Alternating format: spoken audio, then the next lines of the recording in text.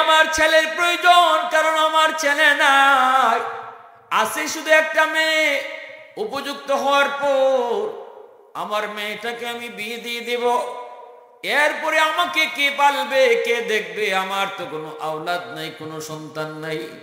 সম্পত্তি আমার অনেক আছে, ধন দৌলত আমার অনেক আছে, কিন্তু পালবে কি, খাওয়াবে কি, আমার দেখশন করবে কে?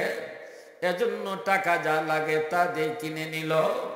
হাফেজ সাহেব এইবার হিন্দু মহিলার ঘরে গেল। মহিলাকে মা কয়, মহিলাটাও তার ছেলে কয়। এইদিকে বোনটা তারে ভাইয়া বলে ডাকে, ভাইটাও বোনটারে বোন বলে ডাকে।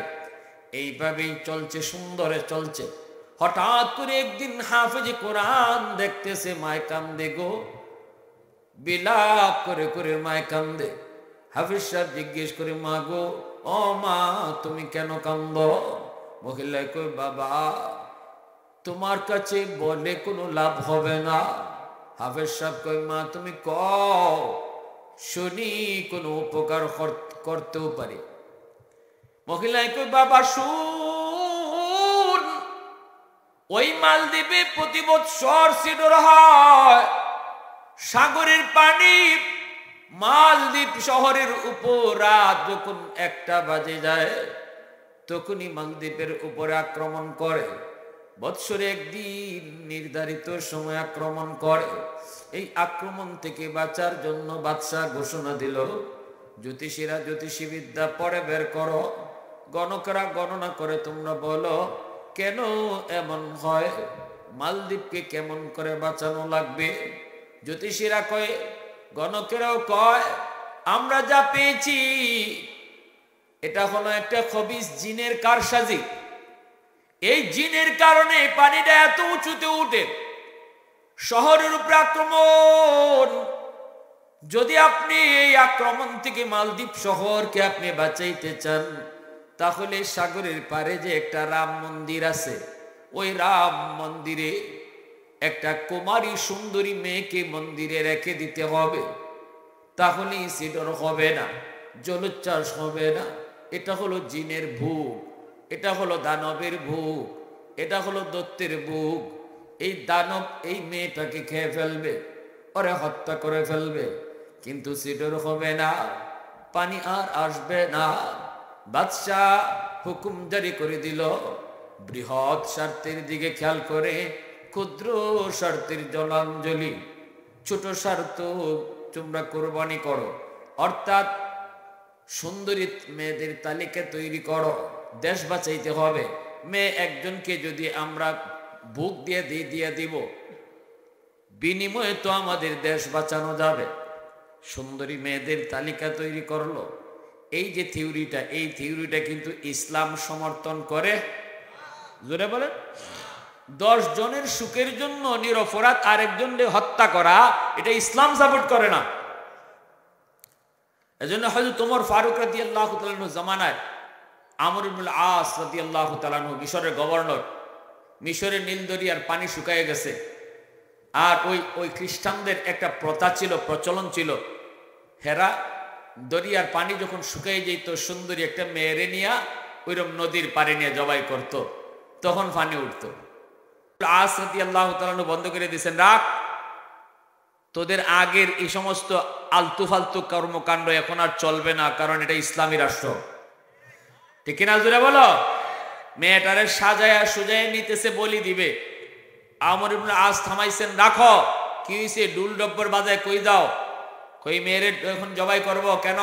কই নীল দরিয়ার পানি শুকিয়ে গেছে, এই যদি জবাই না করি তাহলে পানি উঠবে না। আমর ইবনে আস রাদিয়াল্লাহু তাআলা আনহু ইনি বলে, রাখো রাখো, এখন আর আগের যুগ নাই, এখন ইসলামী হুকুমত। আমি আমর ইবনে আস হলাম তোমাদের গভর্নর, আমার অনুমতি ছাড়া একটা কদমও চলবে না। আমার মন বলে না যে ইসলাম এটাকে সাপোর্ট করে। 10 জন আরামে থাকবা, পানি পাইবা, আর আরেকজনের কোরবানি দিবা, তার দোষটা কি? জোরে বলেন, তার দোষটা কি? যারে কোরবানি দিতেছো, যারে জবাই করতেছো, তার দোষটা কি? তোমার পানির জন্য আরেকজনকে তুমি জবাই করবা? থামো। ইসলাম কখনো এমন আচরণ সমর্থন করে না। এটা জুলুম, এটা অন্যায়। আমর ইবনে আস রাদিয়াল্লাহু তাআলা আনহু ওমর রাদিয়াল্লাহু তাআলা আনহুর কাছে চিঠি লিখছেন। তিনি তখন অর্ধ পৃথিবীর বাদশাহ। হযরত ওমরের কাছে চিঠি লিখছেন, এরা তো আমার কথায় মেয়েকে জবাই করা থেকে বিরত হলো, কারণ আমি গভর্নর, আমার কথা তো মানতেই হবে। কিন্তু তারা এই কথা আমার কাছে দাবি করছে যে আমরা আপনার কথা মানবো, কিন্তু পানির ব্যবস্থা করেন। আমরা তো দেখেছি আমাদের বাপদাদারা এইভাবেই পানি তুলতো, নীলদরিয়ার পানি উঠতো কোনো একটা মেয়েকে জবাই করলে। তো এখন পানি তুলেন। আমর ইবনুল আস বলে এটা পরের ব্যাপার, পরেরটা পরে, পানি উঠবে কি উঠবে না সেটা পরে, তবে এই জুলুম আমি হতে দিব না। ঠিক কিনা জোরা বলেন? হযরত ওমর রাদিয়াল্লাহু তাআলার কাছে চিঠি লিখছেন। হযরত ওমর বলেন, হ্যাঁ সঠিক কাজ করেছো, ধন্যবাদ তোমাকে, সঠিক কাজ করেছো, একটা অন্যায় কাজের প্রতিবাদ করেছো। তারপরে হযরত ওমর নীলদরিয়ার নামে চিঠি লিখলেন। চিঠি কার নামে লিখছেন? জোরে কর। নীলদরিয়ার নামে। নীলদরিয়ার নামে চিঠি লিখছেন আর বলছেন, এই নীলদরিয়া শোন, তুই যদি আমার আল্লাহর হুকুমে চলো, প্রথম লেখছেন তুই যদি তোর নিজের হুকুমে চলো তাহলে তোর পানির দরকার নাই, আর তুই যদি আমার আল্লাহর হুকুমে চলো তাহলে আমি ওমর বলতেছি চিঠিটা পড়া মাত্রই তুই পানি দিবি। এই চিঠি আমর ইবনুল আসের কাছে পাঠাইছেন। হযরত আমর ইবনুল আস রাদিয়াল্লাহু তাআলা চিঠিটা নিয়ে নীলদরিয়ার পানি মাটিতে, যেখানে একদম নিচে পানি উঠার কথা, ওখানে চিঠিটা রাখতে তিনি পারে উঠতে পারেন নাই। চিঠিটা নদীতে রাখছেন দরিয়ায়, আর তিনি আইসা পারে উঠতে পারেন নাই, পানি উঠা শুরু হয়ে গেছে। সেই পানি আজও আছে। নীলদরিয়া জিন্দেগিতে আর কোনোদিন শুকাবে না। তাম দুনিয়ার সব দরিয়া শুকাতে পারে, কিন্তু ওমরের আদেশ পেয়ে যে দরিয়ায় পানি উঠেছিল এই দরিয়া আর কখনো শুকায় নাই, কিয়ামতের আগে শুকাবেও না। সুবহানাল্লাহ জোরে বলেন। প্যারে হাজির, এজন্য ইসলাম এটাকে সাপোর্ট করে না। কিন্তু ওই তো এরা তো মূর্তি পূজারী।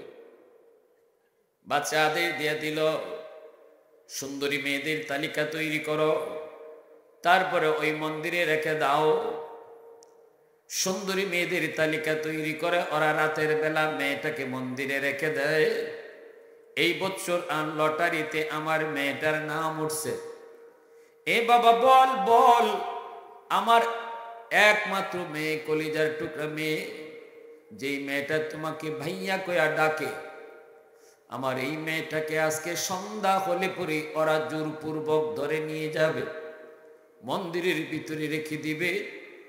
যেই মেয়েটাকে আমি মা এত আদর করে বড় করলাম গো, এত মায়া করে বড় করলাম, আজকে আমি মার চোখের সামনে সন্তানকে জবাই করবে, দানবের ভোগ দিবে, আমি মা সেটা কেমন করে সহ্য করব? এজন্য আমি মা কাঁদতেছি। হাফেজ সাহেব কই, মা টেনশন তুমি করো না, কেঁদো না, কেঁদো না, সমাধান আমি দেব গো মা, আমার বোনেরও কোনো ক্ষতি হবে না, আবার দানবেও কিছু করতে পারবে না, বোনেরও ক্ষতি হবে না, সব সমাধান আমি দেব। মহিলা কয়, বাবা কেমনে দিবে? কয়, মা আমার বোনটাকে তুমি তার নানার বাড়িতে পাঠায় দাও, নানির হাতের পিঠা খাইতে পাঠায় দাও, বোনের জামা কাপড় পরায়া আমাকে তুমি পালঙে বসায় রাখো, আমার দাড়ি উঠে নেই, মুছ উঠে নেই, যদি মেয়ে লোকের পোশাক পরায়া রেখে দেওয়া হয় তাহলে কেউ বুঝবে না আমি যে ছেলে, মনে করবে আমি মেয়ে, আমাকে মেয়ে মনে করে ওরা মন্দিরে নিয়ে রেখে দিক, এরপরে আমি বুঝব দানবের পাওয়ার বেশি নাকি আমার সিনার পাওয়ার বেশি। মহিলায় কই, বাবা না না, আমি তোমাকে হাতছাড়া করব না, বড় আশা করে তোমাকে এনেছি, তোমাকে আমি হাতছাড়া করব না বাবা।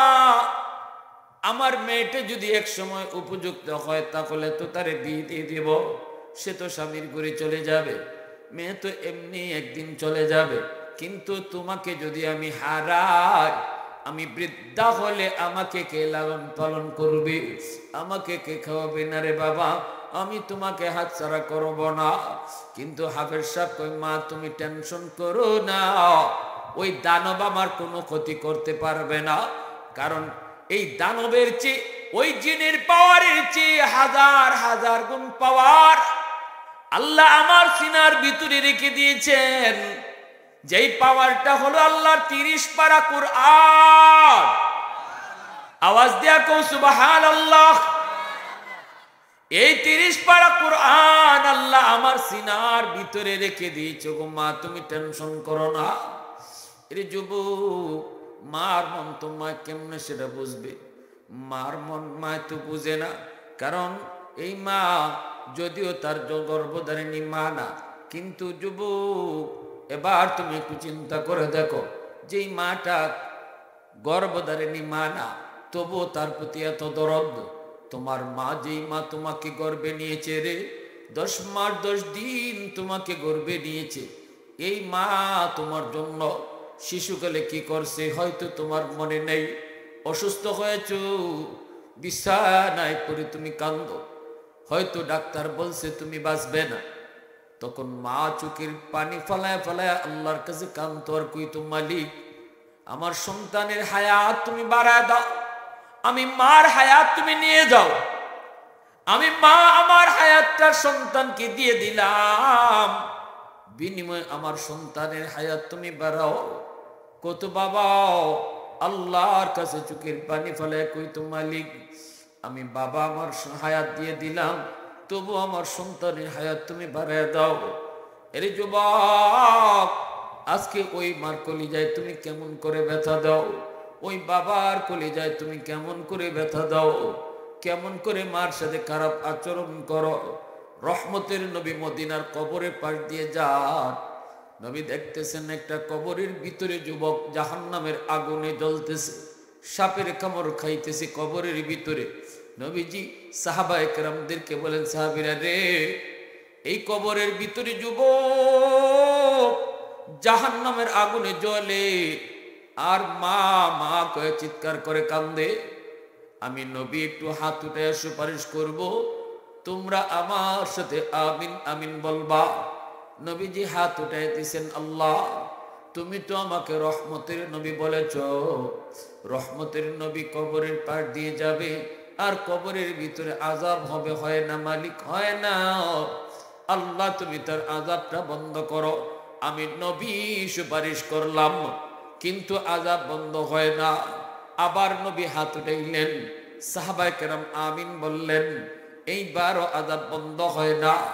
আবারও নবী হাত উঠাইলেন, 3 বার নবী হাত উঠাইলেন, সাহাবায়ে কেরাম আমিন বললেন, যুবকের আযাব বন্ধ হয় না। এইবার নবী জানতে চায়, মালিক ও মালিক, আমার হাতের দাম কি তোমার দরবারে কমে গেল? আল্লাহ আমি কি কোনো ভুল করে ফেলেছি? আল্লাহ কয়, না বন্ধু, তোমার হাতের দাম কমে নাই। এই যুবক গন্ডগোল বাজায় রাখছে অন্য জায়গায়। এই যুবকের মা এখনো দুনিয়ায় জীবিত, মার কলিজায় বড় ব্যথা, দুনিয়ায় থাকতে মারে কষ্ট দিছে, মার গায়ে হাত উঠাইছে, মরণের সময়টা তো মা তারে ক্ষমা করে নেই। এজন্য আমি আল্লাহ সিদ্ধান্ত নিয়েছি, মা যতক্ষণ পর্যন্ত তারে মাফ না করবে, আমি আল্লাহ তার আযাব বন্ধ করব না। নবীজি কয়, সাহাবীরা তাড়াতাড়ি মার কাছে সালাম পৌঁছাও। ওই মহিলার কাছে নবীর সালাম পৌঁছানো মাত্র এই মহিলা দৌড়ায় নবীর কাছে চলে আসলো। মহিলায় কই, নবী ডাক দিয়ে কই, মা গো কবরটা চিনোনি? মহিলায় কই, নবী গো চিনি, এই কবরটা হলো আমার সন্তানের কবর। নবী তখন বলেন, মা এই ছেলেটা বুঝি তোমার সাথে খারাপ আচরণ করেছে, তোমার গায়ে হাত পর্যন্ত উঠায় দিছে, কলিজার ভিতরে নাকি তোমার অনেক ব্যথা। আমি তো এই ছেলেটার জন্য সুপারিশ করেছি, কবরের মধ্যে আযাব ভোগ করতেছে গো মা, আগুনে পড়তেছে, সাপের কামড় খাইতেছে, আর মা মা কয়া চিৎকার করে কাঁদতেছে। আমি রহমতের নবী তার পাশ দিয়ে কেমন করে চলে যাব? তার জন্য একটু সুপারিশ না করলে আমি 1 বার নয় 2 বার নয় 3 বার হাত উঠাইলাম, কিন্তু আল্লাহ আমার হাত ফিরাই দিছে। যতক্ষণ পর্যন্ত তুমি তাকে মাফ না করবা আল্লাহ তার আযাব বন্ধ করবে না। এই কথা বলতেই মহিলাকে নবী কয়, মা গো তুমি মাফ করে দাও, ছেলে তো তোমার, পেটে নিছো তুমি, কষ্ট করেছো তুমি, হয়তো সন্তান না বুঝে তোমাকে কষ্ট দিছে, মা তুমি মাফ করে দাও, আমি নবী তোমার কাছে হাত জোর করে সুপারিশ করি। মহিলায় তখন চোখের পানিটা ফালায় কয়, না গো নবী, আমি একে মাফ করবো না, এখনো আমার পিঠে মাইরের দাগ আছে। নাউজুবিল্লাহ, জোরে বলেন। এখনো আমার পিঠে তার মাইরের দাগ আছে, এখনো আঘাতের চিহ্ন আছে। না গো নবী, আমি এর মাফ করবো না। রহমতের নবী, মায়ার নবী চিন্তায় পড়ে গেছেন। এইবার নবীজি আল্লাহ, ও মালিক, মার দিল তো শক্ত হয়ে গেছে, মা যদি মাফ না করে আমি নবীর সুপারিশও তুমি কবুল করবা না, তাহলে এই যুবকের আযাব কেমনে বন্ধ হইত? আল্লাহ তোমার কাছে একটা সুপারিশ করি, আল্লাহ আমাকে যেইভাবে কবরের আযাব তুমি দেখায় দিছ, এইভাবে তার মার চোখের সামনে তুমি আযাবটা দেখায় দাও। আস্তে কোন, আরো একটু আস্তে, নাইলে সকালে নাস্তা করে গেছে সুবহানাল্লাহ কইলে হবে।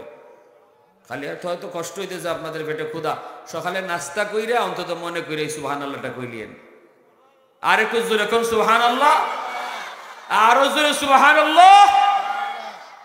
আল্লাহর নবী, রহমতের নবী কয়, আল্লাহ আযাবটা যেভাবে আমাকে দেখাইছো এইভাবে তার মারেও দেখাই দাও। সাথে সাথে আল্লাহ বলে, বন্ধু তোমার এই সুপারিশটা আমি কবুল করলাম। আল্লাহর নবীকে আল্লাহ যেইভাবে আযাবটা দেখায় দিছে, এইভাবে মার চোখের সামনেও আল্লাহ পাক আযাব দেখায় দিলেন।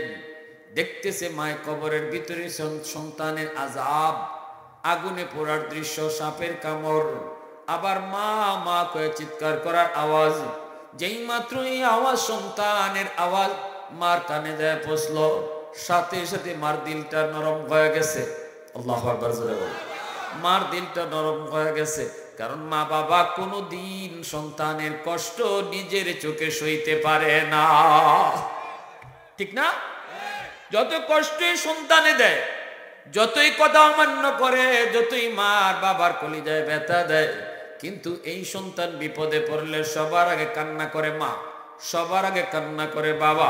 বিদেশ বাড়িতে সন্তান যদি বিপদে পড়ে, প্রবাসে যদি সন্তান বিপদে পড়ে, কেউ না জানলেও সবার আগে জানে মা, ঠিক কিনা? জোরে বলেন। কলিজার মধ্যে ব্যথা লাগে, কলিজায় কেমন কেমন জানি করে, কেন? কারণ এটা মা আর সন্তানের রক্তের সম্পর্ক। আল্লাহু আকবার, জোরে বলেন। সন্তানের বিপদ, সন্তানের বিপদ কেউ না বুঝলেও মায় বুঝে। আল্লাহু আকবার, জোরে কর। এ যুবক, তুমি কার কলিজায় ব্যথা দিতেছো? কার চোখের পানি তুমি জড়াইতেছো রে যুবক? পৃথিবীতে মায়ের মতো আপন কেউ হবে না, পৃথিবীতে মায়ের মতো আপন কেউ হবে না। তোমরা কোনো দিনও মায়েরই মনেতে কষ্ট দিও না, তোমরা কোনো দিনও মায়েরই মনেতে কষ্ট দিও না। পৃথিবীতে মায়ের মতো আপন কেউ হবে না, তোমরা কোনো দিনও মায়েরই মনেতে কষ্ট দিও না। কত পাপিয়ে মন আছে মাকে কষ্ট দেয়, মায়ের মনে কষ্ট দিয়ে অভিশাপ নেয়। মায়ের মনে কষ্ট দিলে খোদা যে সহে না, মায়ের মনে কষ্ট দিলে খোদা যে সহে না। তোমরা কোনো দিনও মায়েরই মনেতে কষ্ট দিও না, তোমরা কোনো দিনও মায়েরই মনেতে কষ্ট দিও না। মুসলমানের আওয়াজে বলেন আল্লাহু আকবার। যেই মাত্র মা নিজের চোখে আযাবটা দেখলো, সাথে সাথে মা চিৎকার দিয়া কই, নবী গো, আমার মনে যা কষ্ট আছিল সব ভুলে গেছি। আল্লাহকে বলেন আযাব যেন আমার সন্তানে বন্ধ করে। সাথে সাথে আল্লাহ পাক আযাব বন্ধ করে দিল। এজন্য বলি যুবক, আব্দুল কাদের জিলানী, মঈনুদ্দিন চিশতিরে যদি তুমি খুশি করো তবু আল্লাহ খুশি হবে না। যদি মা বাবা খুশি না থাকে, আর যদি বাপ মা খুশি থাকে, আল্লাহ খুশি হয়ে যায়। রেদার রাব্বি ফি রাদাল ওয়ালিদাইন ওয়া সাখাতুর রাব্বি ফি সাখাতিল ওয়ালিদাইন। এই শিক্ষাটাই আপনার সন্তানকে মাদ্রাসায় পড়াইলে দেওয়া হয়, ঠিক কিনা জোরে বলো। এই আদর্শটাই আপনার সন্তানকে মাদ্রাসায় পড়াইলে বোঝানো হয়। এটা আমার নবীর আদর্শ, এটা আমার নবীর আখলাক, এটা আমার নবীর কথা। হাজারো আব্দুল কাদের জিলানী যদি তোমার জন্য হাত উঠায় দোয়া করে, নবীজি বলেন এই দোয়া কবুল হবে কি হবে না কোনো গ্যারান্টি নেই। কিন্তু ভাঙ্গা ঘরে বসে যদি মা হাত উঠায়, ভাঙ্গা ঘরে বসে যদি বাবা হাত উঠায়, নবীজি বলেন এই বাপ মার দোয়া কবুল হবে, এর গ্যারান্টি আছে। মায় কয় বাবা না আমি তোমাকে যেতে দিব না। হাফেজ সাহেব কই মা তুমি টেনশন করো না, বোনটারে তুমি নানার বাড়ি পাঠায় দাও। এমনি বোনটারে পাঠায় দেওয়া হলো। বোনের জামা কাপড় পইরা হাফেজ সাহেব মেয়ে লোক সাইজা, মেয়ে মানুষ সাইজা পালঙের মধ্যে বসা রইছে। সন্ধ্যার সময় সরকারি সৈন্যরা এসে দরজায় নক করলো। দরজায় নক করতেই মা দরজা খুলে দিল। সরকারি সৈন্যরা ঢুকেই দেখে এত সুন্দর একটা মেয়ে পালঙের মধ্যে বসা। সুন্দর তো হবেই, বাড়ি তো তার মালদ্বীপ নাকি সৌদি আরব। আমার নবীর দেশের মানুষ, নবীর দেশের মানুষ চেহারা তো সুন্দর হবেই, ঠিক কিনা? হাই রে এত সুন্দর মেয়েটা রে, এত সুন্দর মেয়েটা আজকে দানবের ভোগ দিব। হেরা আফসোস করে।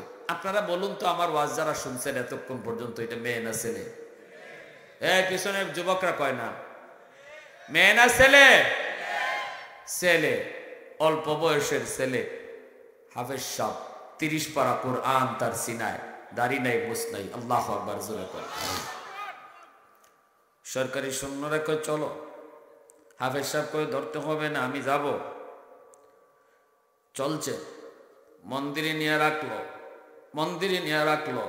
সরকারি সৈন্যরা চলে আসলো। সকালবেলা যায় তার লাশ আনবে, সকালে যায় লাশ আনবে। 12টার পরে যখন 1টা বেজে গেল, হাফেজ কোরআন মন্দিরের ভিতরে ঢুকে সে তার মেয়ে লোকের পোশাক খুলে ফেলে দিল। ভিতরে ছিল তার ছেলে মানুষের পোশাক। এই পোশাকটা পরা, আর হাতের মধ্যে তার একটা জায়নামাজ। জায়নামাজটা মন্দিরের ভিতরে বিছাইয়া দিল। জায়নামাজ মন্দিরের ভিতরে বিছাইয়া নামাজে দাঁড়ায় গেল।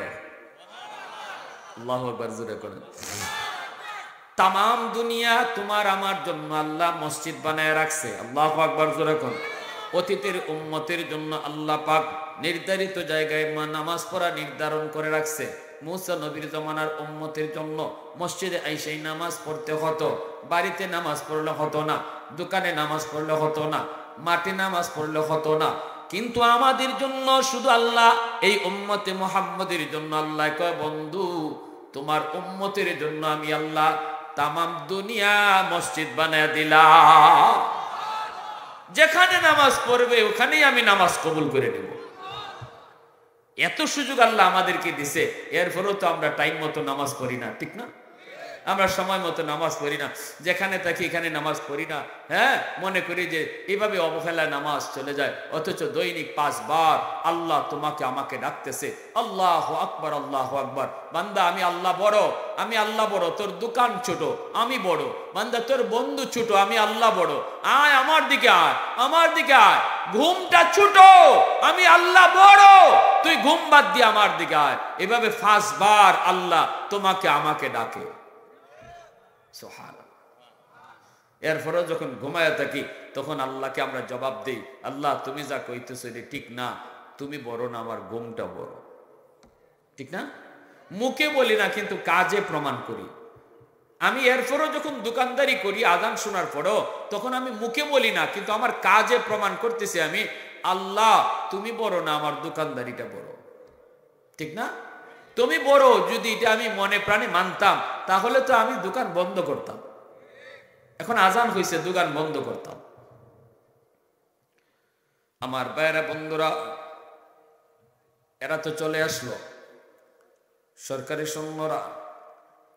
রাত যখন 1টা বেজে গেল, হাফেজ সাহেব মন্দির থেকে তাকায় দেখে সাগর বড় খারাপ, ভয়ঙ্কর রূপ ধারণ করেছে। সাগরের পানিটা দানবের মতো উপরে ওইটা রওনা দিছে, মালদ্বীপ শহরটারে ডুবাইয়া দিবে। এমনি হাফেজ সাহেব কয়, আল্লাহ, আজকে প্রমাণ হবে ওই সিডুরির পাওয়ার বেশি, দানবের পাওয়ার বেশি, নাকি তোমার কুরআনের পাওয়ার বেশি। ও মালিক, আজ প্রমাণ হবে আল্লাহ, কুরআনের পাওয়ার বেশি নাকি দানবের পাওয়ার বেশি। আল্লাহর কুরআনের সূরা ইয়াসিন পড়া হাফেজ সাহেব ফু দিল, ইয়াসিন ওয়াল কুরআনিল হাকীম। আল্লাহর কুরআনের ইয়াসিন পড়া ফু দিয়া দিল। এই ফুটাকে আল্লাহ পাক অ্যাটম বোমার মতো শক্তিশালী বানায়া ওই দানবের বিপরীতে আল্লাহ পাঠায় দিল। পানিটা পাহাড়ের মতো উঁচু হয়ে উঠছে। ওই পানিটাকে দেয়া কোরআনের সূরা ইয়াসিন গিয়ে হিট করলো। আল্লাহু আকবার। মুহূর্তের ভিতরে পানি আবারও সাগরে দেবে গেল। আল্লাহু আকবার জোরে বলো। আল্লাহর কোরআন জয়ী হলো, সিডর পরাজিত হলো। আল্লাহর কোরআনের সূরা ইয়াসিন জয়ী হলো, দানব পরাজিত হলো। আল্লাহু আকবার। কোরআনের পাওয়ার আছে না নাই? আল্লাহর কোরআনের শক্তি আছে না নাই? আল্লাহর কোরআনের আসর আছে না নাই? সুবহানাল্লাহ। ও ভাই, দারুল দেওবন্দ মুতাইম সাহেব হুজুর উনি বলে যে আমরা দারুল দেওবন্দের অফিসে বসা, চর এলাকায় একজন মানুষ মরছে, আওয়াজ উঠতে গেছে, লোকটার কবর থেকে একটা নূর চমকাইতেছে। আমি নিজে দৌড়ে গেলাম, যে কবরের পাশে দিকে গোটা এলাকা নূরে চমকাইতেছে, কবরের ভিতর থেকে আলো বের হইতেছে। আমি দৌড়ে গেলাম তার বউয়ের বিবির কাছে, যে জিজ্ঞেস করছি, মাগো তোমার স্বামীর এমন কি নেক আমল আছে যে আমলের কারণে দুনিয়াতেই আল্লাহ তার বুজুর্গি মানুষে দেখাই দিছে। মহিলা কই, হুজুর আমার স্বামীর তেমন কোনো নেক আমল মনে পড়ে না, তবে যদ্দূর মনে পড়ে আমার স্বামী তিনি আল্লাহর কোরআন তেলাওয়াত করত। তিলাওয়াত জানতো না, তিলাওয়াত পড়া জানতো না, কিন্তু না জানলেও কোরআন শরীফ বাইর করতো। ওই যে দেখেন কোরআন শরীফ তাকের মধ্যে, এই কোরআনটাই হলো আমার স্বামীর কোরআন। ইনি কোরআনটা বের কইরা পৃষ্ঠাগুলা উল্টাইতো, পড়াতো ইনি জানতেন না, কিন্তু প্রতিটা লাইনে লাইনে আঙ্গুল ঘুরাইতো আর কানতো, আঙ্গুল ঘুরাইতো আর কান্না করে কইতো, মালিক এই আয়াতের ভিতরে তুমি যা কইছো আমি সব মানি, এই আয়াতের ভিতরে তুমি যা কইছো আল্লাহ আমি সব বিশ্বাস করি, আমি পড়া জানি না গো আল্লাহ, কিন্তু তুমি যা কইছো আমি মানি, আমি মানি, আমি মানি।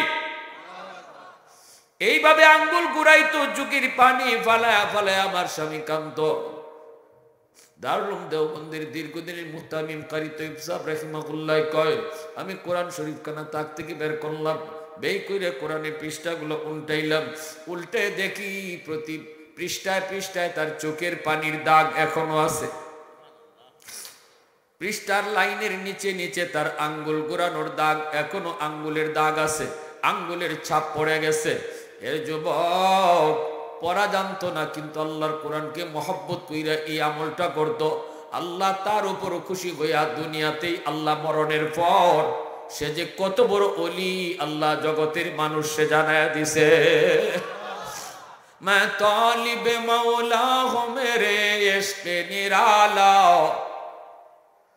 मैं तालिब मौला हूँ मेरे इश्क निराला, है जुमला जहां जिनके तजल्ली से उजाला, है जुमला जहां जिनके तजल्ली से उजाला, माँ दर्द जहां गैर खुदा यार नदारन, যদি याद खुदा ही চেদিগুর কার নদারন। অসুবিধা হইতেছে আপনাদের? মনোযোগ কার কার আছে একটু দেখুন তো, হাত পেয়ে আল্লাহ। আল্লাহ তুমি কবুল করো। লিল্লাহি তাকবীর। হয় নাই ভাই? আওয়াজ দিয়া লিল্লাহি তাকবীর। দিন ইসলাম, দিন ইসলাম, দিন ইসলাম, দিন ইসলাম। আল্লাহ তুমি কবুল করো। সবাই বলি আমিন, আর জোরে আমিন।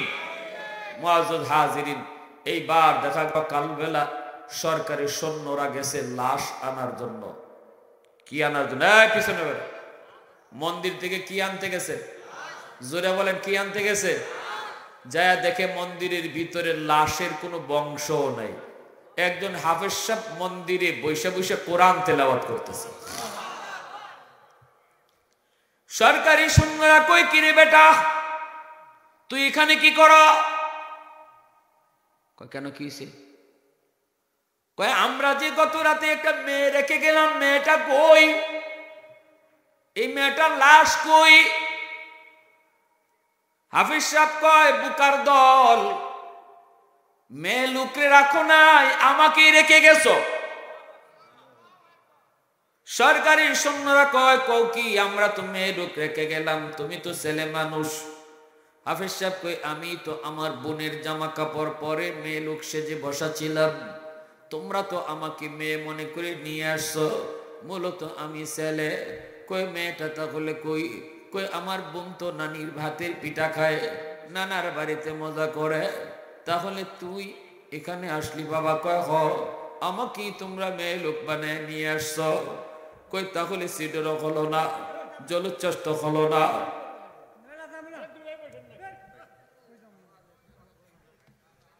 কয় ব্যাপার কি? তুই মরলি না, জলোচ্ছ্বাসও হলো না, তুইও মরলি না, ঘটনাটা কি? এই শেষ সময় আইসে আপনারা জায়গা নিয়ে ভাড়াভাড়ি শুরু করছেন, এখন তো ওয়াজই শেষ। কি ভাই কথা শিখ না? এখন তো ওয়াজই শেষ, এখন জায়গাত বইলেও যে কথা, না বইলেও এক কথা। এখন আমরা তো রাখলাম মেয়ে, তুই তো ছেলে। তোমরা বুকার দল, আমি ছিলাম মেয়ে মানুষের পোশাক পইরা, মূলত আমি ছেলে। কয় তাহলে মেয়েটা কই? কয় আমার বোন তো নানির হাতের পিঠা খায়, নানির হাতের। কই তুই মরলি না? কই তোরা মনে করছো দানব আমারে মেরে ফেলবে? তোরা জানো না আমার সিনার ভিতরে কি আছে? আল্লাহু আকবার।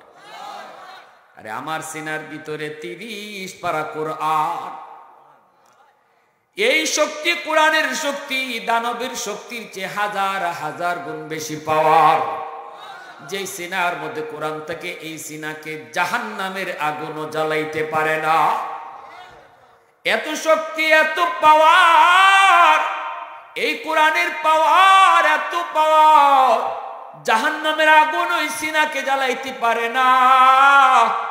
অতএব সিডুরে কি করবে, দানবে কি করবে? আমি তো আল্লাহর কোরআন পড়ে শুধু ফু দেই নেই, পুরা কোরআন পড়ি নাই, শুধু ইয়াসিন পড়ে ফু দিছি। এতে করে পানি পানির জায়গায় আবার দেবে গেল, সাগর মুহূর্তের ভিতরে শান্ত হয়ে গেল, অশান্ত অসাগর মুহূর্তের মধ্যে শান্ত হয়ে গেল। আল্লাহর কোরআনের সূরা ইয়াসিনের পাওয়ার বেশি। এই কথা বলতেই সরকারি সৈন্যরা দৌড় শুরু করলো। বাদশাহর কাছে যায় বলতেছে, বাদশাহ যাবো না, এই ঘটনা। বাদশাহ কয়ে আমাকে তাড়াতাড়ি নিয়ে চলো। বাদশাহ তার মন্ত্রী পরিষদ নিয়ে হাফেজ সাহেবের কাছে আসলো।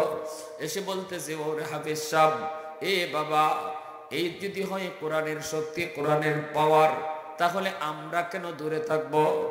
আমরাও দূরে থাকতে চাই না বাবা। এতদিন অন্ধকার ধর্মে ছিলাম, কোরআন কি জিনিস বুঝতাম না, মানতাম না, জানতাম না। তোমার কারণে আমরা বুঝলাম আল্লাহর কোরআনের পাওয়ার কত। বাবা আর দেরি করবি না, আমরা মন্ত্রী পরিষদ জনগণ সহ একসাথে তোর হাতে হাত রেখে কালেমা পড়ে মুসলমান হয়ে গেলাম।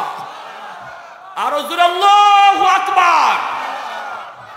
একজন হাফেজে কোরআনের উসিলায় আল্লাহ মালদ্বীপ দেশটারে আল্লাহ গোটা দেশে মুসলমান বানায় দিছে।